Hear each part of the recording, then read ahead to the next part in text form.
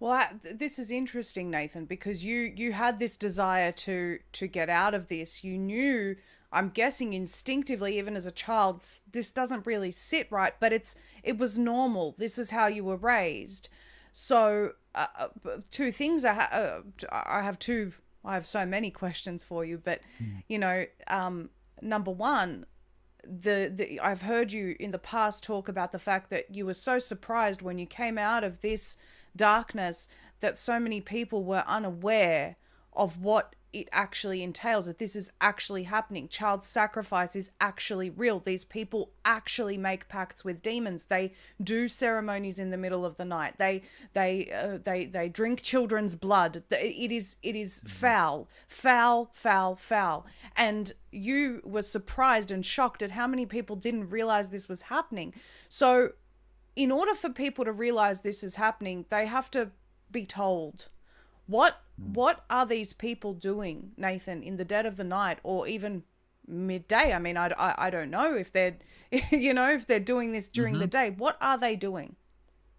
That's a great question, and the specifics of what people do in secret. It said the Messiah literally said everything that people do in secret is going to be brought out to the rooftops. It's going to be shouted. And so I I grew up still being taught that the scripture was true. And so I grew up with an identity that knew that this word could be trusted. And so when I started reading it at a young age, reading all the way from beginning to end, it helped to dismantle this mind control. It's a parasitic mind control that you get caught under. It's a spell that truly leads you away from the truth.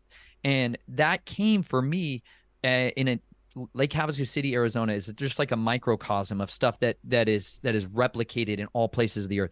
The city of London controls a peninsula in the United States territory. So it's almost like a sovereign territory of the city of London. The city of London, for those of you that may not be familiar with it, is a private, autonomous, independent country, much like the Vatican, and it operates outside of the legal limits of the rest of Great Britain. And so they have their own embassies almost in territories. And they began to build, they took the literal London Bridge that crossed the River Thames and they brought it over stone by stone and built it in the deserts of Arizona near the boundaries of Death Valley, an incredibly hot, very dry, desolate place, but it's along a river.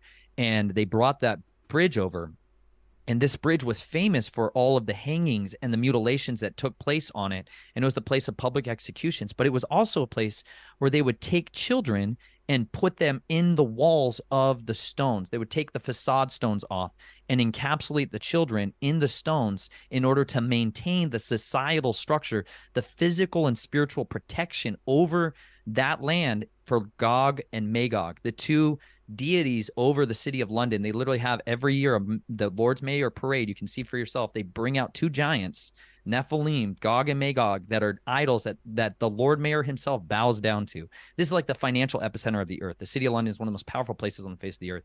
Their little tendrils have infected these areas. They get that power from these types of specific rituals taking place on their territories. And that city of London, that bridge, was used as a giant altar. And so it was put there in Arizona because it created legal anonymity for them to participate in these sex crimes with children and to participate in child exploitation rings that were operating out of a city that was centered around retirement aged men being around children all the time. So it's a town that was built systemically to cater to the fulfillment of lusts and pleasures of people that wanted to participate in pedophilia with their children.